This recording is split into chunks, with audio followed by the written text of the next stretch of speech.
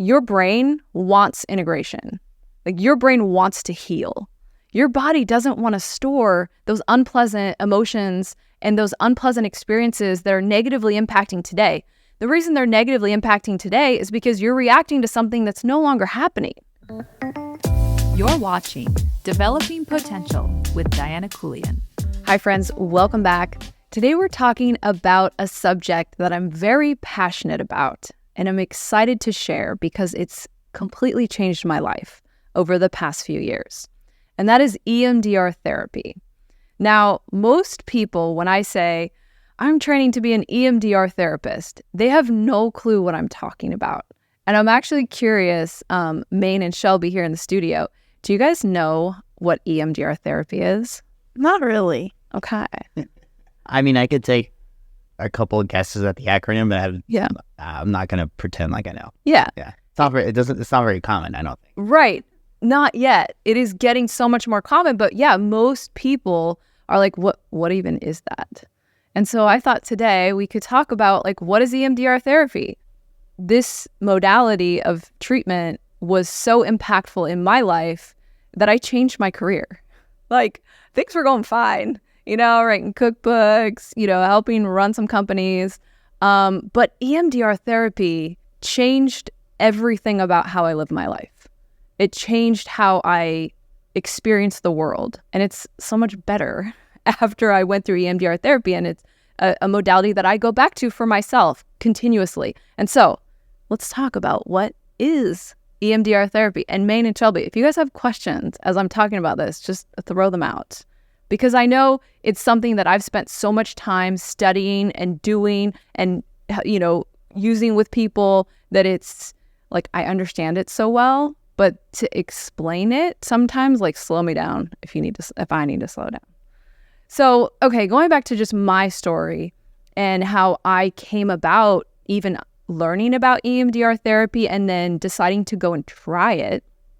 I was reading the book, The Body Keeps the Score, which is a really powerful book about trauma. And, my childhood and my life up to that point, I was in my early 30s when I read The Body Keeps the Score. I couldn't tell you there was some huge traumas, right? And we call big traumas like assault or being in war or natural disasters, accidents. These are big T traumas that are very life-changing, and they can happen all at once. Most of us, a lot of us, think back on our life and we're like, I don't have big trauma. And so we might kind of write off some of the symptoms that we carry that do come from trauma. And so I learned about this term called small t trauma, which small t trauma is really any time that your body goes into fight or flight.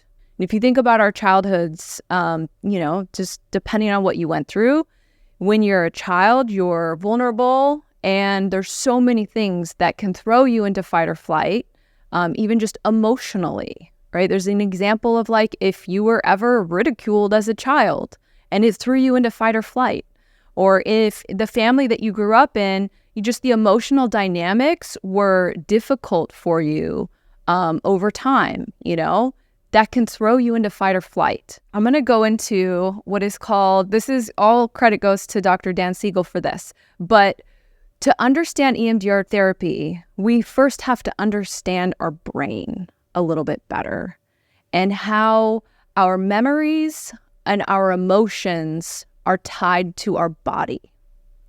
Because when we have traumas that happen, whether they be little t traumas or big T traumas, the experience, the emotions, and the perception of what was happening as you're in this traumatic fight or flight moment, they get stored in our body. And we can feel this. And, the reason that I went to therapy after I read that book and learned about EMDR therapy was because I felt a lot of emotions in my body all the time. And, I think today we really kind of call this anxiety. When we feel physical sensations, whether it be a stomach ache, whether it be whatever your discomfort feeling in your body is related to emotion. And then another way that this comes up is in, being triggered emotionally, feeling like you don't have control over your emotions. That's also linked to having these memories stored emotionally, and we call it charged, right? We know when we talk about being triggered, it's like, okay, that's a touchy subject, or that's something that's charged. Or maybe you have some memories, experiences that have happened in your life where when you think about it, you can feel emotion coming up. So that's a charged memory. And so in EMDR therapy, we are targeting these memories. Okay, so first we got to talk about how things are stored in our brain. So this is a really cool, it's called the hand model of the brain.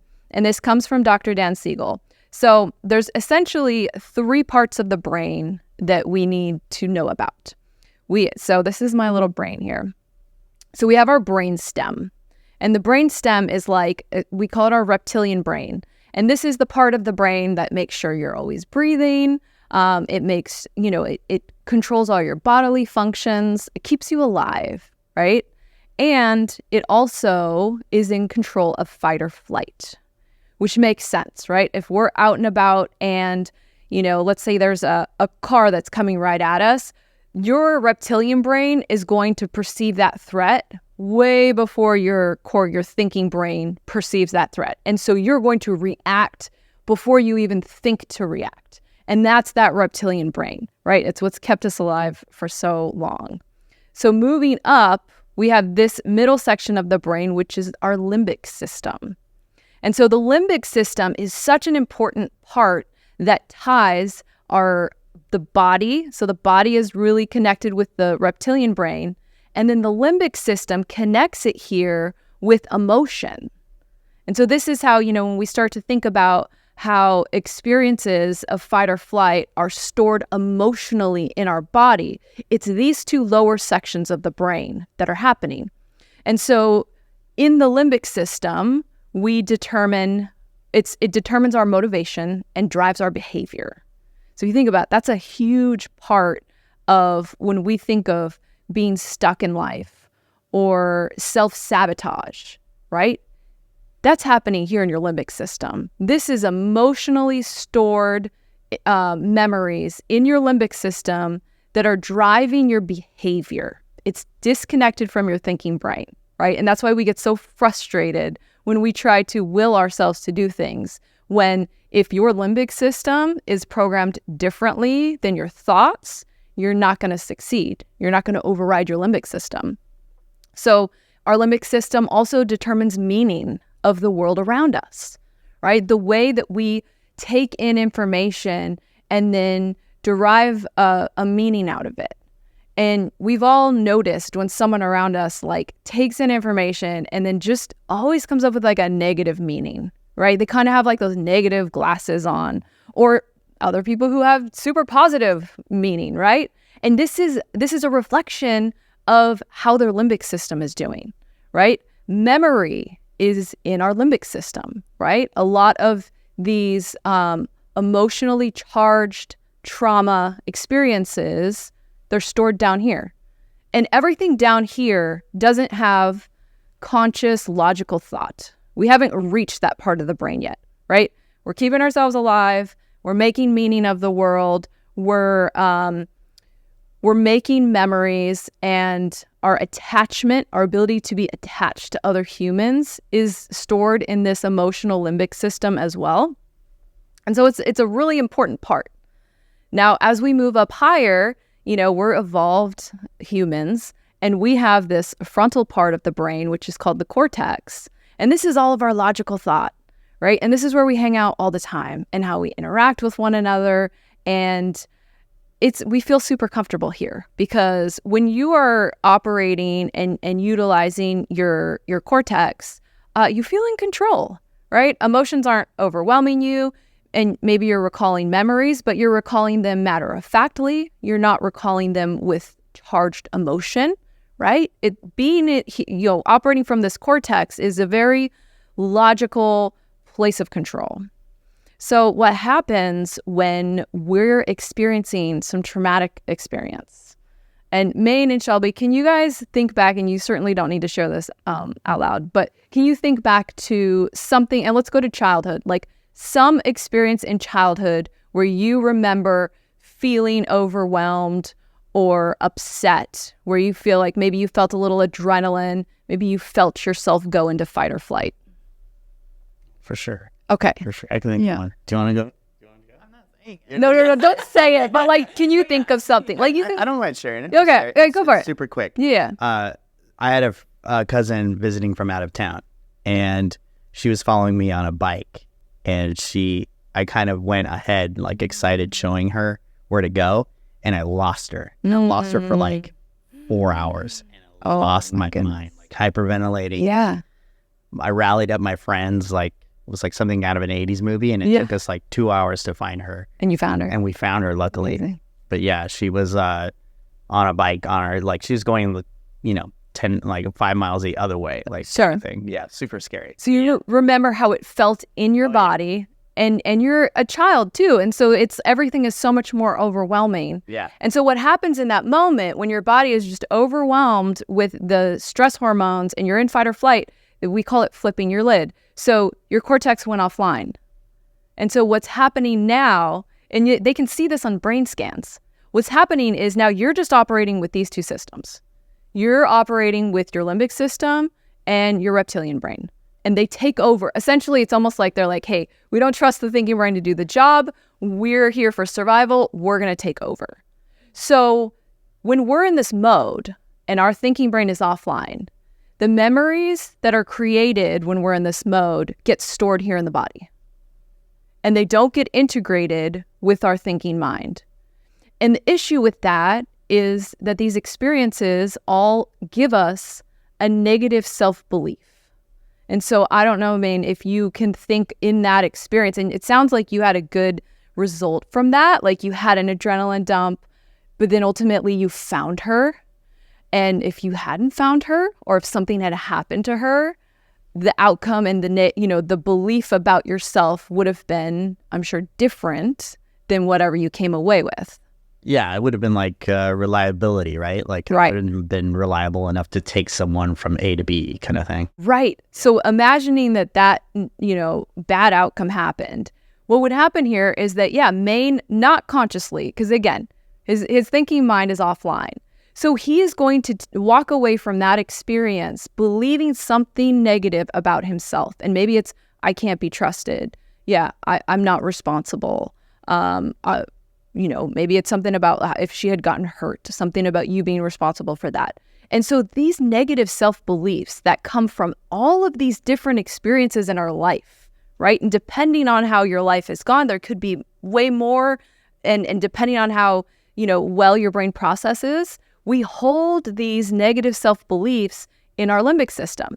And so then EMDR goes on, or the adaptive information processing theory, which is what EMDR is based on, says that experience begins to build a memory network. And every memory that you add to this network, I must imagine almost as like a web kind of, is any time that you felt the same way. So if you walked away from that and you're like, I can't be trusted. No, the next time that you have an experience that activates that belief and that emotion, you're strengthening this dysfunctional memory network. And as we get older and as time goes on, we might have several different, dysfunctional memory networks that are all based on a negative self-belief that your limbic system came up with. You never agreed to it. And this is the part of your brain that determines your behavior. It determines your motivation. It either allows you to attach to others or not, to how you attach to others.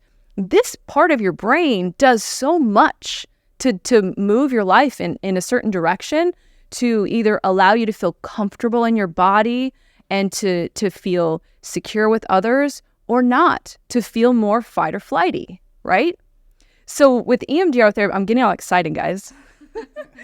So what EMDR therapy does is we determine, either we can start with the event, the experience, and from there, we're going to pull out the negative cognition, or we can just go to a negative cognition. Because a lot of us, especially as we grow some self-awareness, we kind of know some of our negative cognitions. We don't intellectually agree with them, but we can feel these themes coming up. And I've shared in the past, one of mine pretty strongly ingrained negative cognitions was, I'm not important. And that's something that I really picked up on in childhood. Like, hey, I'm not important. And my dysfunctional memory network really grew to be very strong around this. And it was shaping my life in a way that I didn't want it to shape my life. And so you determine, okay, what is at the core of this dysfunctional memory network? So for me, it would be, I'm not important. And then what we do is we'll find at least 3 different memories that reinforce that negative self-belief of I'm not important. And it's, oh guys, it's such a crazy process, because it doesn't sound, I don't know, it doesn't sound like it should work, maybe. Because what you do is, I would focus on this negative self-belief. I would feel like, where do I feel I'm not important in my body? Because if you have a negative self-belief and you really pay attention to your body, going back to our brain, right? This limbic system is really tightly close with the reptilian brain, and it's really tied into your body. So these beliefs and these emotions, they're physically stored in your body. And so you would have that negative self-belief in your mind. You would identify, where do I hold this in my body? And for me, I hold a lot in my jaw, but it's different for everybody. And different negative self-beliefs, you'll feel them different places. You'll name the emotion that goes along with it, and then you'll begin processing. And processing, it's so simple. So you have to do bilateral stimulation. And that sounds like a big fancy word, but it could be as simple as crossing your arms and tapping yourself on either side of your chest. This is bilateral stimulation. Very simple. We can do it on Zoom. And so I would hold those items in my mind. I like to close my eyes when I process. There's also ways where you keep your eyes open and you follow a ball back and forth on the screen, or the technician can do this and you follow their fingers. But you need bilateral stimulation, and the actual mechanism for how this works isn't fully determined. It's either activating left hemisphere, right hemisphere, taxing working memory. There's different theories on, like, okay, what is exactly happening?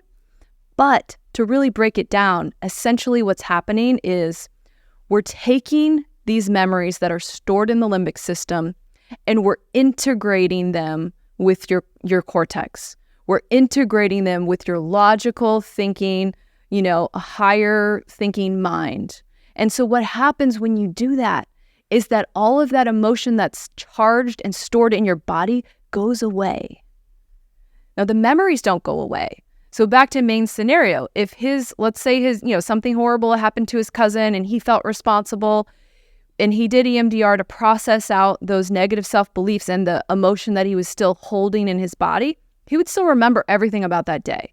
But he would remember it in a matter-of-fact way, where with the logic and the wisdom of an adult, he can say, I was 10 years old.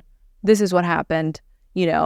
Ultimately, he would know, and he would not just know up in his thinking brain, he would know in his body, he would know emotionally, like, I wasn't responsible, or it wasn't my fault. Whatever that negative self-belief. In my case, I am important, right?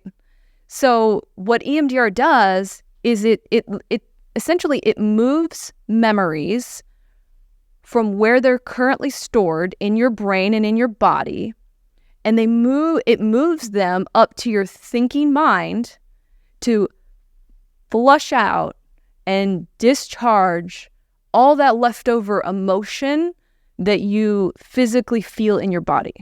The question that came up to mind is, it's not really erasing, right? It's just like repairing. Correct. Okay. Correct. Because this whole theory is that because this happened when your thinking mind was offline, and all of your your logic and your connection to reasoning was offline. And so you're essentially still storing that experience and that state of excitement. You're still storing it in your body and in this part of your brain. And so we're saying, hey, let's bring the thinking mind into this scenario and let's process. It's called integration. So the more integrated our brain is, the increased, we have increased well-being. The more integrated our brain is, the higher our well-being. And so by saying, hey, I want my thinking brain to be the one to file this away, nothing gets erased. And that's a really good question, because so many people ask that. Like, hey, okay, so you're gonna try to erase my memories. It's like, no, what we're trying to do is we're trying to get your body out of that excited state and get that, we talk about triggers. We're basically deactivating your triggers, because triggers, they get us all riled up because that emotion is stored in your body, right? And so with EMDR, going back to the actual process of it, so you've got these things in your mind. I like to hold these little buzzers because they just sort of vibrate in your hands. So you can have your eyes closed and you process inside in your own mind for about 30 seconds to 60 seconds. It just kind of depends on the clinician and how you process. And you follow your thoughts. And this is the coolest part, because I always think of it almost like a treasure hunt, or like I'm being led on this. I don't know. You're following a thread. And it's so cool to realize that your brain wants integration. Like, your brain wants to heal. Your body doesn't want to store those unpleasant emotions and those unpleasant experiences that are negatively impacting today. The reason they're negatively impacting today is because you're reacting to something that's no longer happening. You're reacting to things that don't apply to you anymore. And so as you flush these out and you have this integration, what you find is that, the things that your limbic system determines, your motivation, right? Your behavior, the meaning that you make of the world, your connection to other people, this becomes healthier. Like, automatically, this becomes healthier. And it leads you to do sometimes things that you never thought you would do, like change your career and change how you spend your time and your focus and who you associate with in such a cool way. So the process of EMDR, as you're with the clinician, as you have this negative cognition, a memory, a disturbing memory, a feeling, a body sensation, you have it all in your mind. And like I said, I like to close my eyes and hold the buzzers, but you could close your eyes and just do this. And for 30 or 60 seconds, you follow your thoughts. And it's almost like a jumbled up piece of string, and you're untangling it. Your brain is doing it for you as you have this bilateral stimulation. So as you're activating left brain, right brain, the therapist will bring you back to the room. She'll, hey, what's coming up for you? And what you tell the therapist is not, you don't go into detail about what just happened in your mind, where your brain took you. You give your therapist a little headline. And essentially, really what the therapist is looking for is are we still in that disrupted, dysfunctional memory network? Is this still essentially a negative thought? Is this still disturbing? Or are we starting to have we done the integration? Are we starting to get some logical, positive thoughts, right? And this process could go on for 40 minutes, where your brain will bring up different associations and your brain is piecing this experience together with your thinking brain. And there's something, going back to how does it work? Why does it work? Well, there's something with the bilateral stimulation, and then there's something with the constant stopping and coming and having that interaction with the therapist, because you're reminding your body and your brain that you're safe right now, and you're activating that that frontal cortex, when you talk, when you have to sit and think and come up with a headline for what you just experienced inside, it's bringing you to the here and now. And then you go back and you continue to follow where it takes you. And this part can become emotionally disturbing because you are flushing out disturbing memories and disturbing emotions from your body. You're untangling that web that was created when your thinking mind was offline. And you're integrating it all back together. And then when you get to the end where now the headlines that you're coming up with are positive. And in Maine's, our scenario with Maine, it would be like, it wasn't my fault. Gosh, my brain is showing me now like the reasons why this wasn't something for him to turn, inward in a negative way about. And, they call it the adaptive information processing system because it's all based on this belief that your brain wants to heal. Your brain and your body want integration. And that's why it's a therapy that is so directed by your own thoughts because you're the one that's sitting there. You're the one that's going inside. You're the one that's following that golden thread to bring yourself through that dysfunctional memory network and out the other side with this clarity and this peace in your body. And so that's what I changed my career to do and to work with people. And as you can probably see, I'm like super passionate about it because it's life-changing, Like I was in fitness, it's like, and making recipes, and it's like, yeah, I can share you a great recipe that you're going to love for dinner, but is it going to change your life? Like, is every single day of your life going to be better because you had that recipe? Like, I don't think so. And so for me, as I processed through, dysfunctional memory network after dysfunctional memory network of my own, my system reached a level of integration where my motivation changed.